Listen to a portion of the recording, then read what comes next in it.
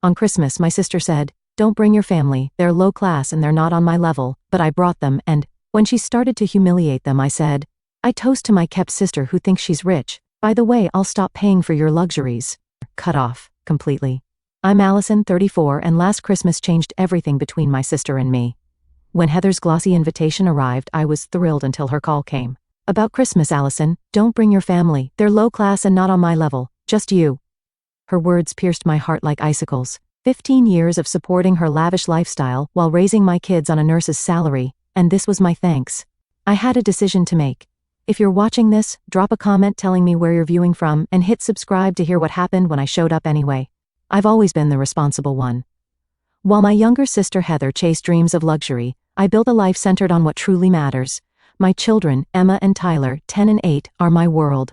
Our modest 3-bedroom rental isn't featured in magazines, but it's filled with laughter and love. As a pediatric nurse working at County General Hospital, I often pulled double shifts to provide for us, but seeing my kids thrive makes every exhausting hour worthwhile. Heather and I took different paths from the beginning. Growing up in suburban Michigan, we shared a bedroom with floral wallpaper and bunk beds, but we might as well have been from different planets. While I saved my allowance for books and later college, Heather spent every penny on fashion magazines and makeup. I still remember her 16-year-old declaration, "I'm going to marry rich and never worry about money again." Our parents, hardworking teachers who taught us the value of education and compassion, would exchange worried glances when Heather made such pronouncements. Dad would gently remind us that character outlasts possessions, while Mom emphasized that true success comes from contribution, not acquisition.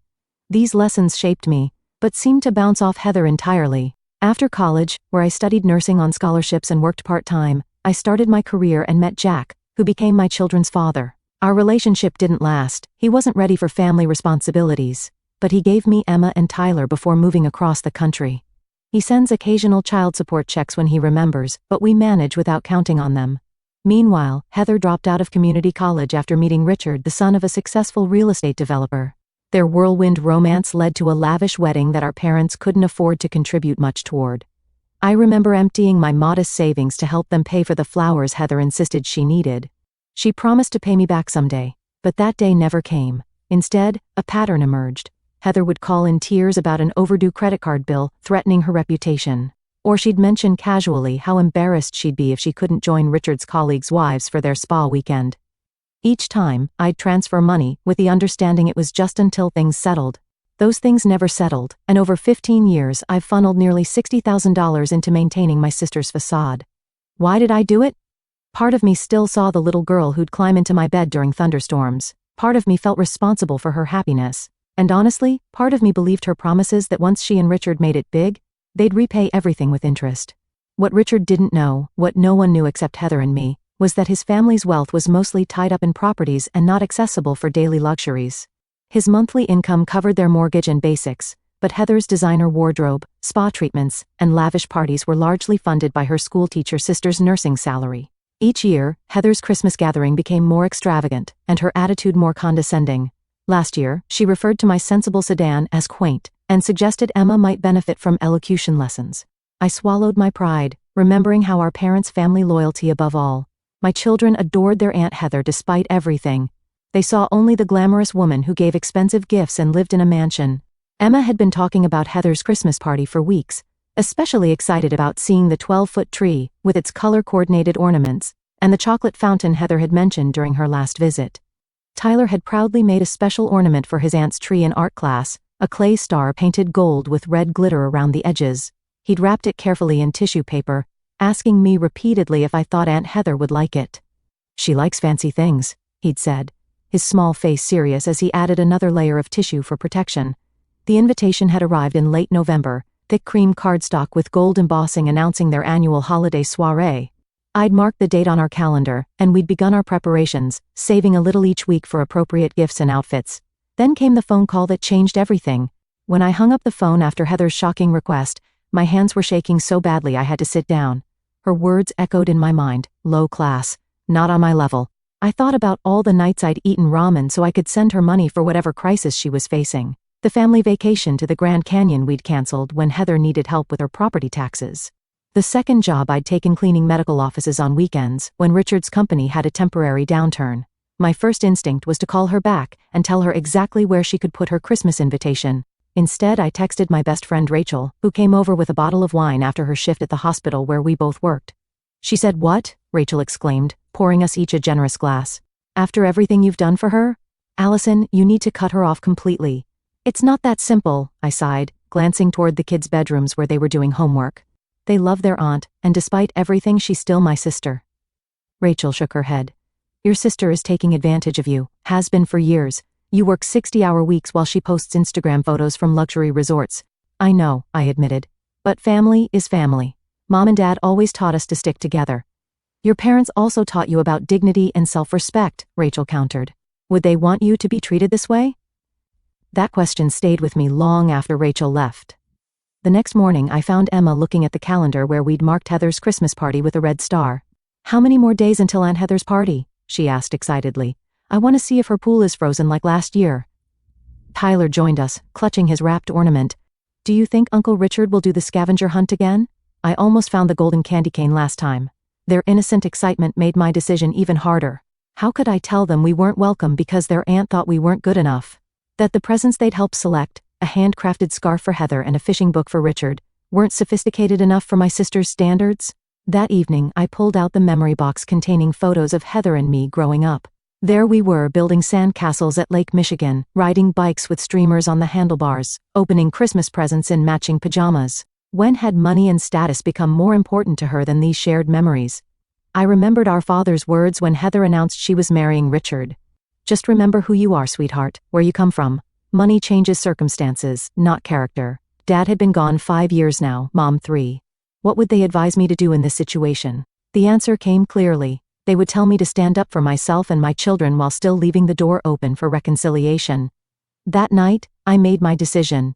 We would attend the Christmas gathering, all 3 of us. If Heather wanted to make a scene in front of her high society friends, that would be her choice. But I would no longer enable her delusion of grandeur at the expense of my children's dignity or my own self-respect. The next 2 weeks were spent preparing. I used my Christmas bonus to buy Emma a beautiful emerald green dress that made her eyes shine. For Tyler, I found a handsome little suit at a consignment shop that looked brand new. I splurged on having their outfits professionally pressed and scheduled appointments at the salon where my friend Jessie worked for proper haircuts. For myself, I chose a simple black cocktail dress I'd worn to a hospital fundraiser, adding a statement necklace Rachel insisted on lending me. "If you're going into battle, you need proper armor," she'd said, fastening the sparkling pendant around my neck. I also prepared the children, carefully explaining that sometimes adults have disagreements, but that didn't mean they should worry. "And Heather is very particular about her home," I explained during our family dinner. "So we'll need to use our very best manners. And if she seems upset about something, that's not about you, okay? That's grown-up stuff." "Is Aunt Heather mad at us?" Tyler asked, his brow furrowed with concern. "No, sweetheart. Aunt Heather just has a different way of doing things. But we're family, and family shows up for each other even when it's hard." Emma, perceptive beyond her years, studied my face. "Are you and Aunt Heather fighting?" I chose my words carefully. "We have different ideas about some things, but that's okay. People can disagree and still love each other." As Christmas approached, my anxiety grew. I rehearsed potential scenarios in my mind, preparing responses to whatever Heather might say or do. I reminded myself of all the times I dealt with difficult families as a nurse, maintaining professionalism even when emotions ran high. I could do this. For my children, for myself, and yes, even for Heather, who somewhere beneath her designer clothes and status anxiety was still my little sister. The night before the party, I checked our gifts one last time. The handmade scarf for Heather was wrapped in silver paper with a blue velvet bow. Richard's fishing book was accompanied by a selection of hand-tied flies I'd found at a specialty shop. He'd mentioned wanting to learn fly fishing during last year's gathering. For their home, I'd selected a hand-blown glass ornament from a local artist. Not expensive, but thoughtful and unique. That night, I barely slept, running through every possible outcome of our uninvited appearance at Heather's soiree. By morning, I'd made peace with whatever might happen. We were going to show up with heads held high, dignity intact, ready to celebrate Christmas as a family, whether Heather approved or not. On Christmas Eve, we drove through the imposing iron gates of Heather and Richard's estate. Fresh snow had fallen the night before, transforming the 5-acre property into something from a holiday card. Pristine white blanketed the rolling lawns, and evergreen trees dotted the landscape, each perfectly wrapped in white lights. A team of workers was clearing the circular driveway as we approached the 3-story Georgian mansion. Wow, breathed Emma, pressing her face against the car window. It's like a castle. Tyler clutched his wrapped ornament tighter. Do real princesses live in houses like this? Just your Aunt Heather, I replied, trying to keep my tone light as I parked behind a line of luxury vehicles, Mercedes, BMWs, and a Bentley I recognized as belonging to Richard's father. The facade of the house was decorated with professional precision, garlands framing every window, life-sized nutcrackers flanking the massive front door, and a tasteful arrangement of poinsettias cascading down the stone steps. I'd seen similar displays in architectural magazines, but never up close. Emma and Tyler clambered out of the car, their excitement palpable as they carefully navigated the cleared pathway in their dress shoes. I followed more slowly, balancing our gifts and the homemade cranberry bread I'd baked that morning, a recipe from our mother that Heather had always loved as a child. Before we could ring the bell, the door swung open to reveal Heather, stunning in a red designer dress that probably cost more than 3 months of my mortgage payments. Her perfect blonde hair was swept into an elegant updo, and diamonds sparkled at her ears and throat. For a split second, genuine shock registered on her face before she composed herself into a tight smile. "Allison," she said, her voice artificially bright. "And everyone, what a surprise." Her eyes darted behind us toward the driveway, clearly checking if other guests had witnessed our arrival. Finding the coast clear, she stepped back reluctantly to let us enter. "I thought we discussed this," she hissed quietly as the children moved past her into the soaring entryway with its 20-foot Christmas tree. "We did," I replied calmly. "And I decided my children deserved to spend Christmas with their family. All of their family." Before she could respond, Richard appeared behind her, his warm smile a stark contrast to his wife's frosty reception. "Allison, kids, wonderful to see you." He embraced me genuinely before kneeling to high-five Tyler and compliment Emma on her dress. "The more the merrier, right, darling?" he added, glancing at Heather. "Of course," she replied through clenched teeth. "Let me show you where to put your things." She eyed our wrapped packages with barely disguised disdain. As we followed her through the marble-floored foyer, I could see about 30 guests mingling in the great room beyond. The air was filled with classical Christmas music from hidden speakers and uniformed servers, circulated with trays of champagne and hors d'oeuvres. "Richard's parents are here, along with the Andersons and the Taylors," Heather informed me, name-dropping local socialites. "Oh, and the Wilsons just flew in from Aspen this morning. Jack Wilson is considering Richard for their new development project." I recognized this for what it was, a reminder that important people were present, and I needed to behave accordingly. Translation: don't embarrass her. "The children can put their coats in the mudroom," she continued, pointing toward a side hallway. "There's a media room downstairs where they can watch movies. Brittany, our sitter, is down there with the Andersons kids." "Actually," I interjected gently, "Emma and Tyler were looking forward to the party. Tyler even made you a special ornament for your tree." On cue, Tyler proudly held up his tissue-wrapped creation. "I made it myself and Heather." A flicker of something, annoyance, panic, crossed Heather's perfect features before she took the package with fingertips, as if accepting a questionable laboratory sample. "How thoughtful. I'll just put this somewhere safe for now. Our tree decorator used a very specific color scheme this year." Tyler's face fell slightly, but he nodded bravely. Richard, observing this exchange, quickly intervened. "Hey Tyler, why don't you show me this masterpiece? I bet it would look perfect on the family tree in the den. That's where we put all our special ornaments." As Richard led Tyler away, I could have hugged him for his kindness. Heather, meanwhile, guided Emma and me toward the great room, whispering instructions as we walked. "Try not to mention your job, though Wilsons are germaphobes and hospital talk makes them uncomfortable. And if anyone asks where you live, just say north of the city rather than naming your actual neighborhood." Before I could respond to these offensive suggestions, we entered the gathering of Heather's carefully curated guests. Conversations momentarily paused as curious eyes assessed the newcomers. I felt Emma press closer to my side, suddenly shy among these unfamiliar, impeccably dressed adults. "Everyone, this is my sister Allison and my niece Emma," Heather announced with forced cheerfulness. "They decided to surprise us tonight." A murmur of polite greetings followed, though I caught a few exchanged glances that suggested Heather had perhaps mentioned me before and not favorably. Within minutes, Emma was drawn away by another young girl around her age, leaving me momentarily alone. I accepted a glass of champagne from a passing server and took a small sip, using the moment to observe the room. The decor was stunning, crystal, silver and white with accents of deep burgundy. Fresh flowers adorned every surface, and a massive stone fireplace crackled with a perfectly arranged fire. I was admiring an ice sculpture of a reindeer when I overheard Heather speaking to two women near the bar. "Yes, that's my sister," she was saying quietly. Single mom, works at the hospital. I try to include her when I can, charity begins at home and all that. The women nodded sympathetically, one patting Heather's arm in apparent admiration of her generosity. I felt my cheeks burn but maintained my composure, remembering my purpose for being here. This wasn't about me, it was about my children experiencing a family Christmas, and learning that they were worthy of respect regardless of their zip code or the cost of their clothes. After about 30 minutes of small talk with various guests, most of whom seemed surprised to learn Heather had a sister, I excused myself to check on the children. I found Emma helping younger kids with a craft project, her natural nurturing abilities evident in her patient instructions. Tyler was proudly showing Richard's father his ornament, now hanging prominently on a smaller tree in the wood-paneled den. As I watched them, Heather appeared at my side. "We need to talk," she said tersely, guiding me into a nearby powder room and closing the door. "What were you thinking showing up after what I told you?" she demanded, arms crossed over her designer dress. "I was thinking that family doesn't exclude family from Christmas," I replied evenly, "and that my children deserve better than to be deemed low class by their own aunt." "You know what I meant," she huffed. "This is an important night for Richard's business connections. I need everything to be perfect, and we're imperfect. How exactly?" I asked. "Because we don't wear designer labels? Because Tyler's ornament doesn't match your color scheme?" "Don't be dramatic," Heather rolled her eyes. "You know how these things work. Appearances matter."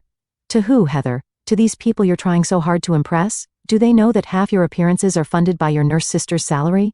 Her eyes widened in alarm. "Keep your voice down, and that's not fair. I've had some temporary cash flow issues, that's all." 15 years of temporary issues, I pointed out, "but we're not discussing that now. We're here as family. The children are behaving beautifully and will continue to do so. I suggest you do the same." Without waiting for her response, I opened the door and returned to the party. My heart pounding, but my resolve stronger than ever. Whatever game Heather was playing, I was no longer a willing participant. At 7, a server gently struck a crystal chime, signaling dinner was ready. Guests began migrating toward the formal dining room, where a table that could comfortably seat 30 was arranged with precision that would impress a military general. Fine china, sterling silver, and crystal glassware gleamed under the light of an antique chandelier. Each place setting included 3 wine glasses, multiple forks, and a hand-calligraphed name card. I noticed with a pang that there were no place cards for Emma, Tyler, or me. Heather approached, feigning dismay at the oversight. "Oh dear, it seems our calligrapher didn't prepare cards for you since you weren't on the original guest list. Let me just rearrange things," she said loudly enough for nearby guests to hear. Richard intervened smoothly. "No problem at all. Kids, would you like to sit by me? And Allison, there's plenty of room between Mrs. Wilson and my mother."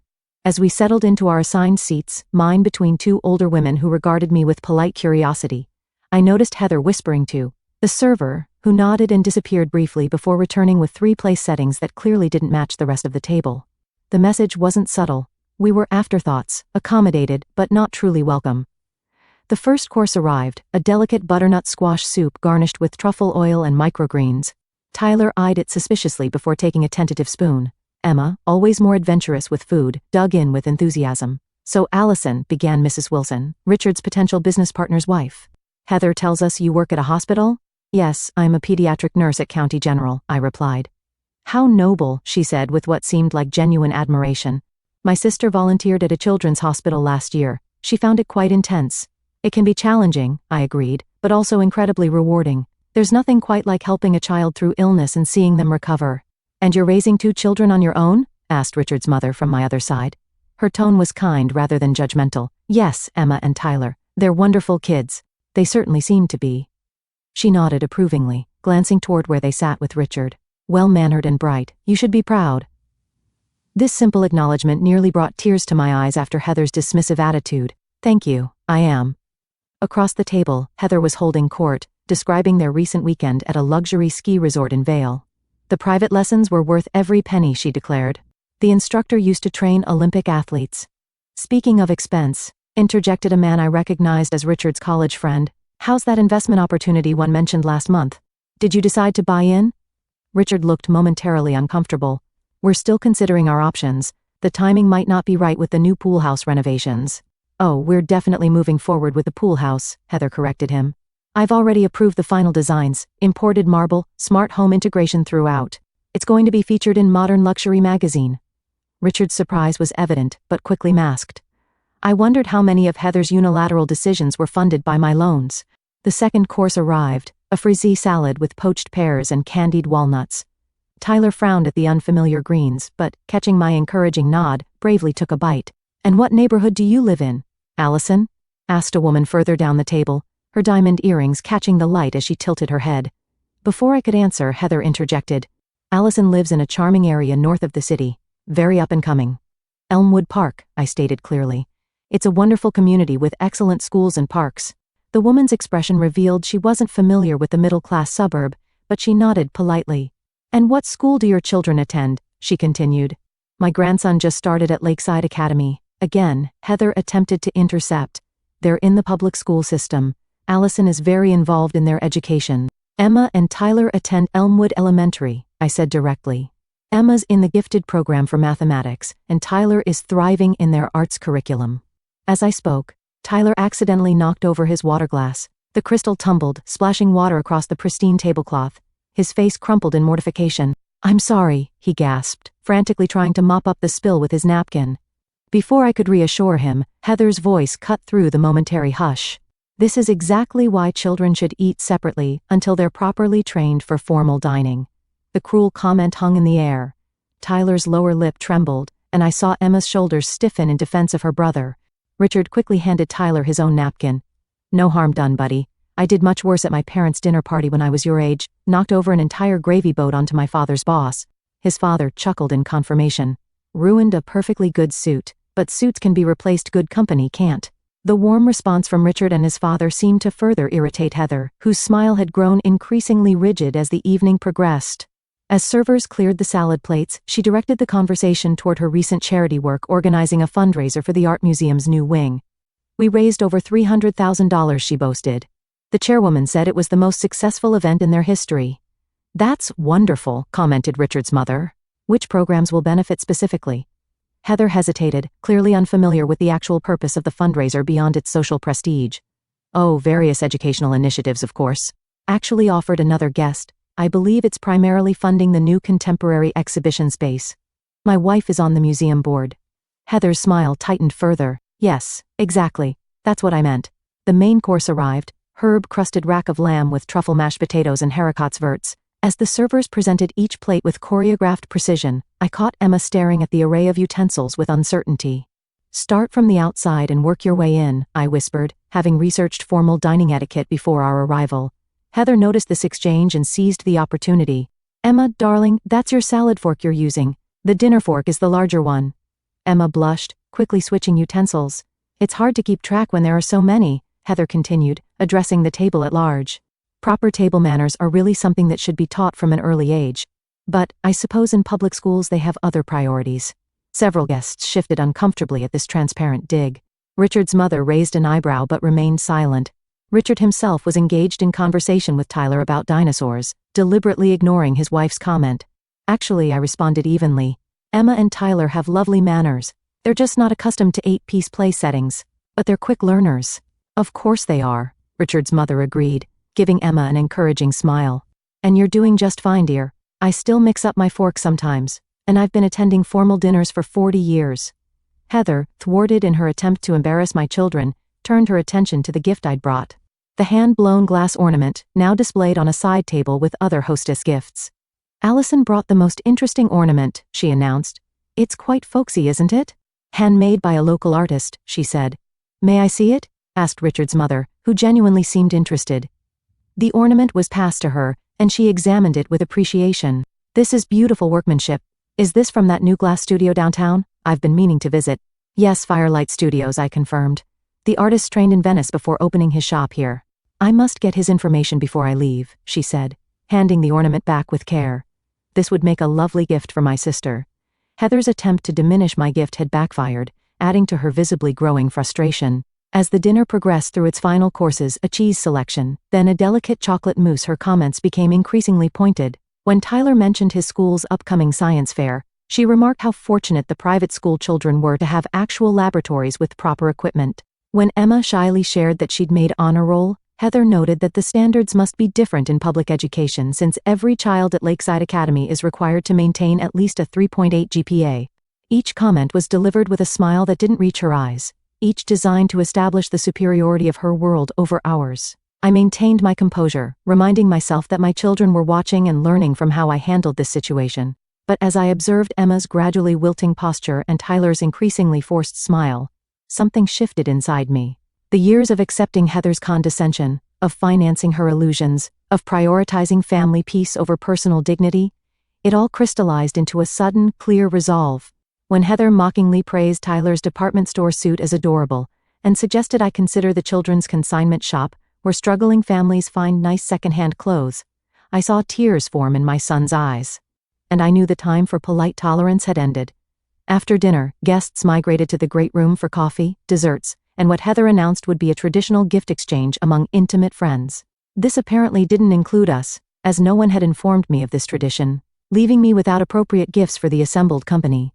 Heather made sure everyone was aware of this oversight. "Don't worry about not bringing anything for the exchange, Allison," she said loudly, as servers distributed small, elegantly wrapped packages to each guest. "You couldn't have known since you weren't originally, well, you know." Several guests looked uncomfortable at this pointed exclusion. Richard quickly intervened. "Actually, let's consider Allison and the kids presents our special gift this year. Family is what Christmas is all about, isn't it?" His genuine warmth only highlighted Heather's coldness by contrast, as guests began opening their presents. Each revealing expensive items like cashmere scarves, artisanal spirits, and luxury candles, Heather approached with our gift, still in its silver wrapping. "Let me open this now," she announced to the room. "My sister brought something. Homemade, I believe?" The way she emphasized homemade made it sound like I'd wrapped up a macaroni necklace. I watched as she deliberately tore the paper carelessly, revealing the handcrafted scarf I'd selected from a local artisan shop. "Oh," she said with exaggerated surprise. "It's colorful. Thank you, Allison. I'm sure it will be perfect for gardening or something." The scarf, a stunning creation of hand-dyed silk in subtle jewel tones, was clearly not gardening attire. Several women nearby actually murmured appreciatively at the piece, one even asking where it was from. "Some little shop in Allison's neighborhood, I imagine," Heather answered before I could speak. "They have the most quaint little businesses there, so budget-friendly." She set the scarf aside without further acknowledgement and moved on to opening gifts from other guests, exclaiming with delight over each one regardless of its actual appeal. Tyler, who had been watching quietly from beside me, tugged at my sleeve. "Mom," he whispered, "Aunt Heather doesn't like our presents, does she?" "Some people have trouble appreciating thoughtful gifts, sweetheart," I replied quietly. "That's about them, not about the gift." Emma, overhearing this exchange, slipped her hand into mine and squeezed it supportively. My heart swelled with pride at my children's emotional intelligence in the face of such poor behavior. Heather, meanwhile, had moved on to telling stories, specifically, childhood anecdotes deliberately chosen to paint me in an unflattering light. "Did you know Allison once showed up to my sweet 16 in a homemade dress?" she told the gathered guests, laughing. "Mom tried to teach her to sew, and Allison insisted on making this horrific purple creation. The seams were coming apart by the end of the night. What she omitted was that our family couldn't afford to buy me a new dress that month because Dad's medical bills from his back surgery had strained our budget. I'd stayed up 3 nights in a row working on that dress, determined not to ask for money we didn't have. And in college," she continued, "she dated this absolutely hopeless boy who worked at the campus bookstore. He would pick her up on a bicycle with a milk crate attached to the back as a passenger seat. Can you imagine? That hopeless boy had been working his way through college, saving for medical school. The bicycle was his only transportation, and he'd added the crate specifically so he could take me on dates despite not owning a car." With each story, Heather systematically undermined my dignity in front of her social circle, all while maintaining the veneer of sisterly teasing. I saw Richard becoming increasingly uncomfortable, occasionally trying to change the subject, but Heather was determined to continue her performance. The final straw came when she began criticizing my parenting directly. "It's really admirable how Allison manages with the children, considering their circumstances," she said to the room at large. "Public school, no father figure living in that neighborhood. It's not what I would choose, of course, but Allison has always been content with less." Emma and Tyler were both within earshot, and I saw their expressions fall. Tyler's bottom lip quivered slightly, while Emma's face flushed with humiliation. In that moment, something inside me snapped. 15 years of supporting Heather's facade, of enabling her delusions of grandeur, of prioritizing her feelings over my children's well-being. It all crystallized into absolute clarity. I stood up, smoothing my dress with deliberate calmness. "Excuse me," I said, my voice steady. "I'd like to propose a toast." The room quieted as guests turned toward me, some looking curious, others uncomfortable. Heather's face registered alarm as a server handed me a champagne flute. First, I want to thank Heather and Richard for including us in their beautiful Christmas celebration, I began. Family gatherings are precious, especially during the holidays. Heather's expression relaxed slightly, perhaps thinking I was going to smooth things over. I'd like to toast to my sister, I continued. To Heather, who has created this impressive life for herself and has always had such discerning taste. Murmurs of agreement rippled through the room. Heather smiled triumphantly. Such discerning taste, in fact, that maintaining it has cost approximately $4,000 a month for the past 15 years. The room fell utterly silent. Heather's smile froze on her face. You see, I explained conversationally, while Heather has been sharing stories about my supposedly humble life, she's neglected to mention that her designer wardrobe, spa memberships, luxury vacations, and many of the furnishings in this beautiful home have been subsidized by her low-class sister, the nurse who apparently isn't quite good enough to attend her Christmas party. Gasps and uncomfortable shifting filled the room. Richard's face showed complete confusion, then dawning comprehension. For those who are mathematically inclined, I continued calmly, that's approximately $720,000 over 15 years. Money that could have gone toward my children's college funds, or perhaps purchasing a home in a neighborhood Heather might find more acceptable. I reached for my phone and pulled up my banking app. I have records of every transfer, every bill paid, every credit card statement covered when Heather called in panic because her card was declined at Neiman Marcus or the spa. Allison, stop it, Heather hissed, her face now drained of color. You're embarrassing yourself. No, Heather. For the first time in 15 years, I'm not embarrassing myself. I'm simply telling the truth. I turned to address Richard directly. I'm sorry you're finding this out this way. I believed Heather when she said you knew about our financial arrangement. I see now that wasn't true. Richard's expression was a mixture of shock and betrayal as he stared at his wife. Heather. What is she talking about? Heather's composure finally cracked. She's exaggerating. It was just a few loans when we were getting established. Nothing like what she's claiming. Let's see, I replied, scrolling through my phone. Last month alone. $3,000 for the landscaping deposit, $800 for your spa weekend, $1,200 for the designer boots you couldn't live without. Should I continue? The silence in the room was deafening. Even the servers had paused, frozen in place by the unfolding drama. So, I concluded, raising my glass, I'd like to toast my kept sister, who thinks she's rich, and to announce that I'll be stopping payment on your luxuries, effective immediately. Merry Christmas, Heather. I took a sip of champagne, set down my glass, and turned to my children. Emma, Tyler, it's time for us to go. Please thank Uncle Richard for his hospitality. Tyler looked confused but obediently thanked Richard, who seemed too stunned to respond. Emma, with wisdom beyond her years, simply nodded and gathered her things, understanding intuitively that something significant had just happened. As we prepared to leave, Richard's mother approached and pressed something into my hand. Her business card with a personal number written on the back. Call me, she said quietly. What you did took courage. We walked through the silent room, past Heather's shell-shocked friends, and retrieved our coats from the mudroom. As we stepped out into the cold December night, I felt lighter than I had in years, as if an invisible burden had finally been lifted from my shoulders. We had barely reached our car when I heard footsteps crunching rapidly across the snow behind us. Turning, I saw Richard approaching, his face a complex mixture of anger, confusion, and disbelief.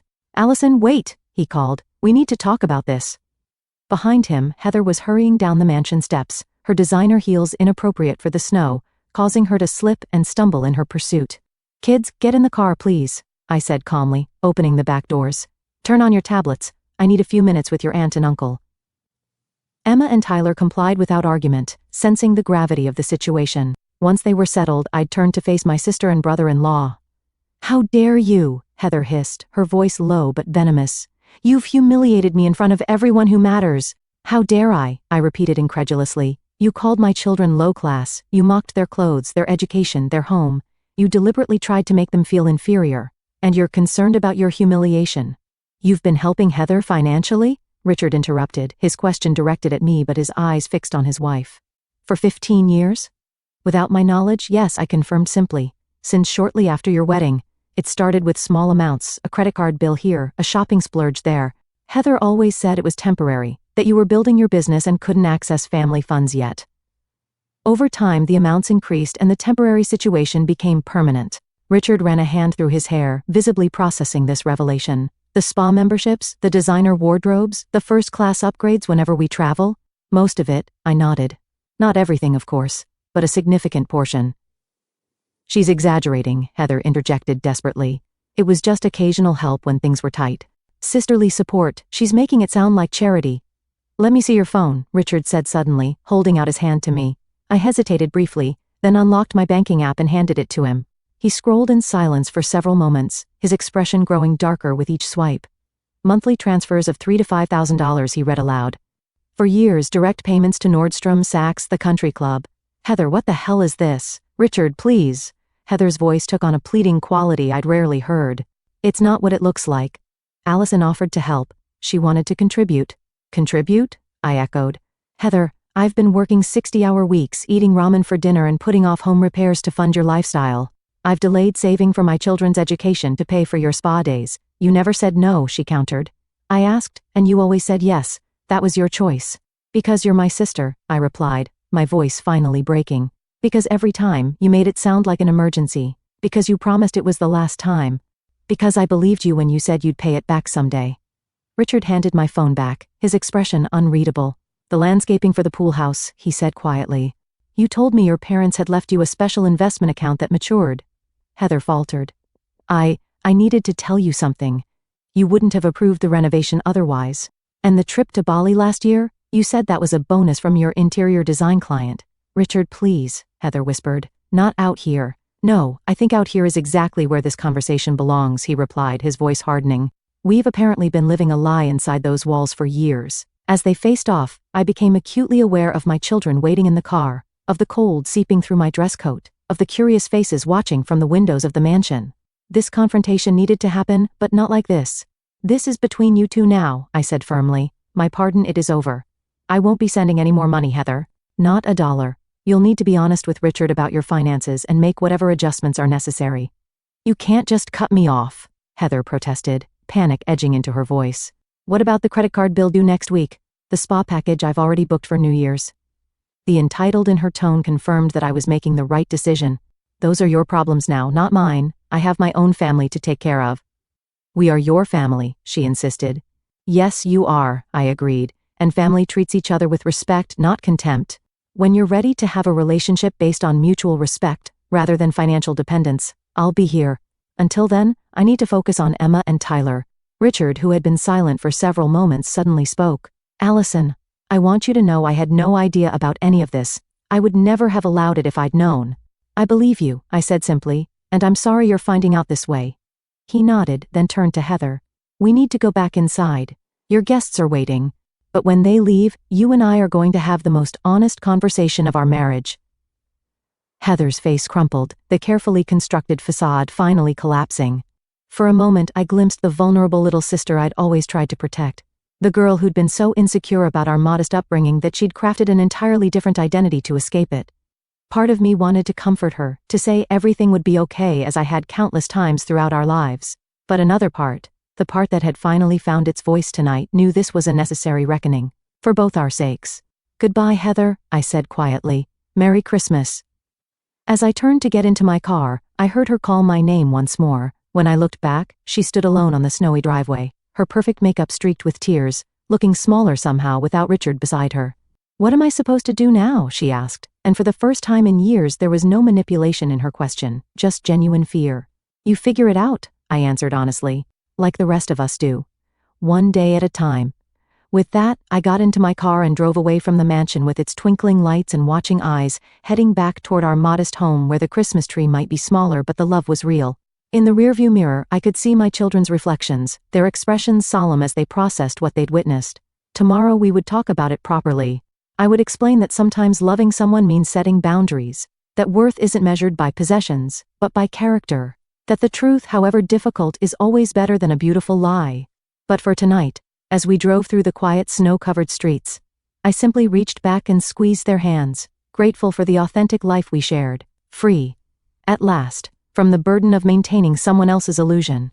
The drive home from Heather's mansion felt surreal, as if we were traveling between different worlds rather than just different neighborhoods. Christmas lights twinkled along the route and occasional snowflakes drifted lazily through our headlight beams. In the back seat, Emma and Tyler had fallen silent, processing the evening's dramatic events in their own ways. Are you mad at Aunt Heather? Tyler finally asked in a small voice. I considered my answer carefully. Not mad exactly. Disappointed. Sometimes people we love make choices that hurt us, and it's okay to feel sad about that. Is she still her aunt? Emma's practical question cut to the heart of what both children were likely wondering. Of course she is, I assured them. Family is forever, even when relationships get complicated. But sometimes family members need time apart to figure things out. When we arrived home, our modest Christmas tree greeted us through the front window. Its multicolored lights a stark contrast to Heather's professionally decorated monochrome display. Inside, I kicked off my heels with relief, and suggested an impromptu Christmas Eve celebration of our own. Let's make hot chocolate and watch a holiday movie, I proposed. The fancy party wasn't much fun anyway. Can we open one present tonight? Tyler asked hopefully, his resilience already reasserting itself. I think that's a perfect idea, I agreed. Within 30 minutes, we had transformed our evening. Still wearing our party clothes but now wrapped in cozy blankets, we sipped homemade hot chocolate topped with mini marshmallows, while How the Grinch Stole Christmas played on our television.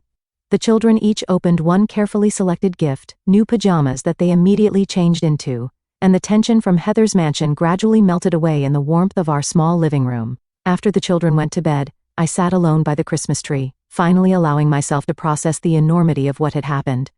For 15 years, I had enabled Heather's fantasy life at the expense of my own family's security. Tonight, I had finally broken that cycle. The relief was palpable, but so was the grief for the relationship I had hoped to have with my sister. My phone buzzed with a text from Rachel. How did it go? I typed out a brief summary, ending with, I'll call you tomorrow with details. Kids are asleep. I'm okay. She responded immediately. Proud of you. Merry Christmas to you. No more subsidizing ungrateful siblings. Christmas morning arrived with fresh snow and excited children who temporarily forgot the previous night's drama in the joy of opening presents. We FaceTimed with Jack, their father, who wished them Merry Christmas from his new home in California. Though our relationship had ended years ago, we maintained a cordial connection for the children's sake. Around noon, my phone rang with an unknown number. It was Richard. Allison, I hope I'm not interrupting your Christmas, he began, his voice sounding tired. I wanted to check that you and the kids got home safely last night. We did, thank you, I replied, stepping into the kitchen for privacy. How are things there? He sighed heavily. Difficult. After the guests left, Heather and I talked, really talked, for the first time in years. I had no idea about the financial arrangement between you two. I'm still processing it all, I understand. It's a lot to take in. I want you to know I've frozen the credit cards and asked for a complete audit of our finances, he continued. The extent of the deception, it's larger than even you knew. There are loans in my name I never authorized, accounts I didn't know existed. My stomach tightened with dread. Richard, I'm so sorry, don't apologize, you're not responsible for Heather's choices.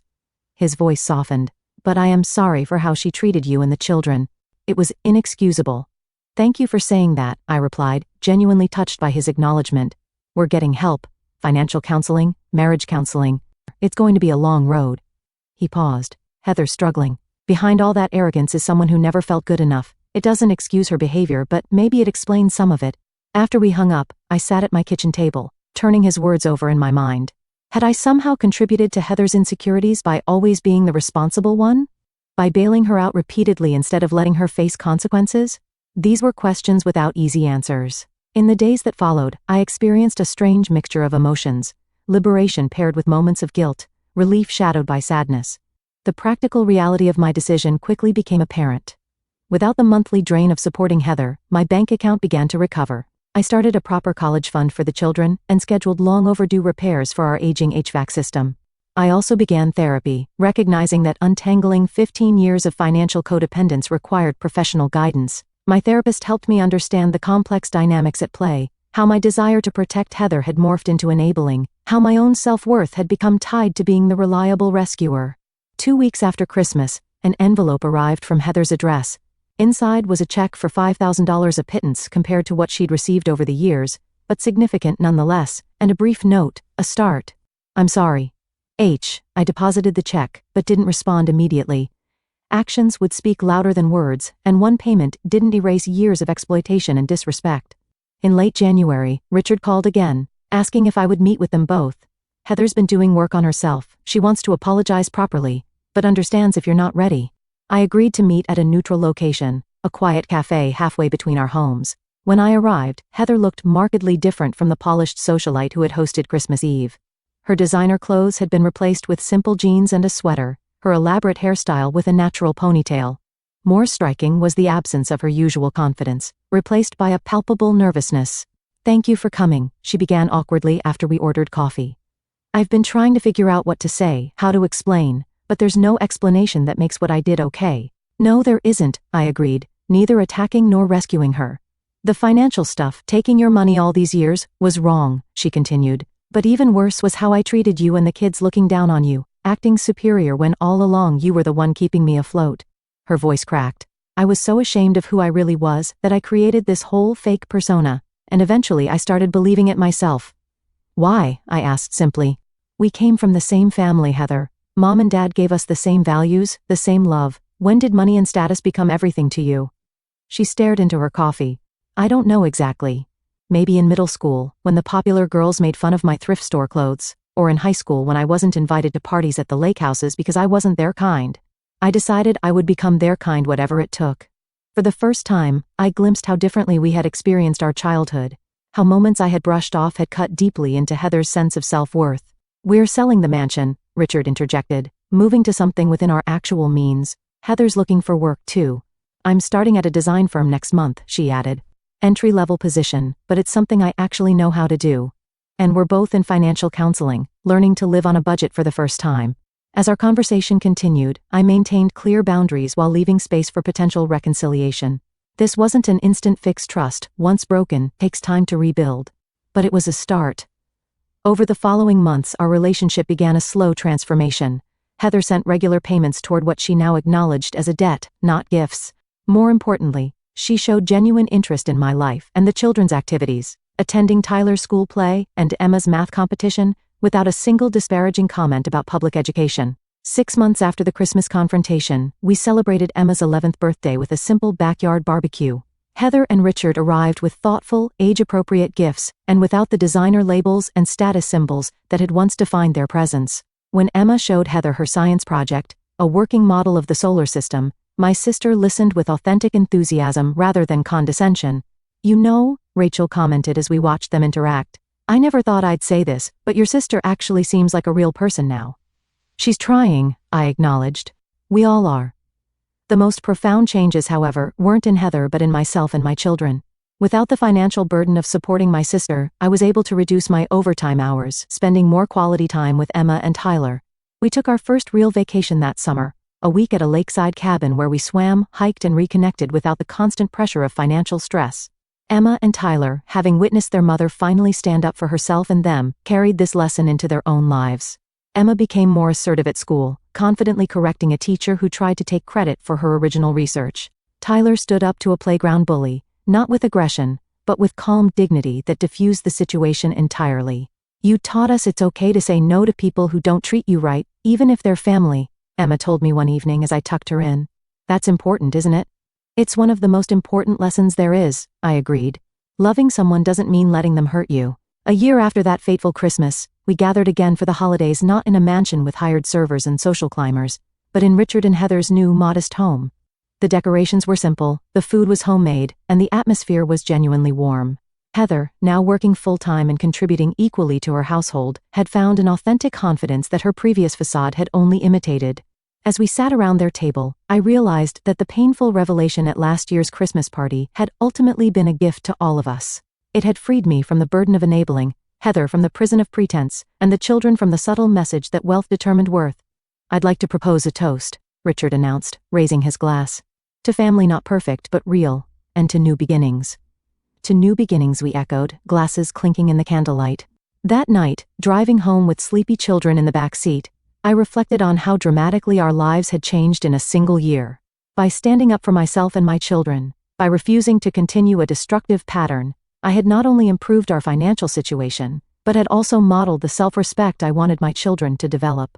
True worth, I had learned, isn't measured in designer labels or social approval. It's found in authenticity, in healthy boundaries, in the courage to live according to your values, even when doing so disrupts comfortable patterns. Sometimes, the most loving thing you can do for yourself and others is to stop enabling destructive behavior and insist on truth, however uncomfortable it might be. As we pulled into our driveway, Emma stirred in the back seat. Mom? Are you glad about what happened last Christmas? Even though it was hard, I considered her question carefully. Yes, sweetheart, I am. Sometimes the hardest moments lead to the most important changes. I think Aunt Heather is happier now, Tyler observed sleepily. She laughs for real, not the fake laugh she used to do. Out of the mouths of babes, I thought, smiling at their perceptiveness. I think you're right. Sometimes people get lost trying to be something they're not. Finding your way back to who you really are is the greatest gift of all. Have you ever had to stand up to a family member who is taking advantage of you? How did you handle it? I'd love to hear your stories in the comments below. And if this story resonated with you, please hit that like button and subscribe to hear more real-life experiences. Remember, setting boundaries isn't selfish, it's an act of self-respect that ultimately benefits everyone involved.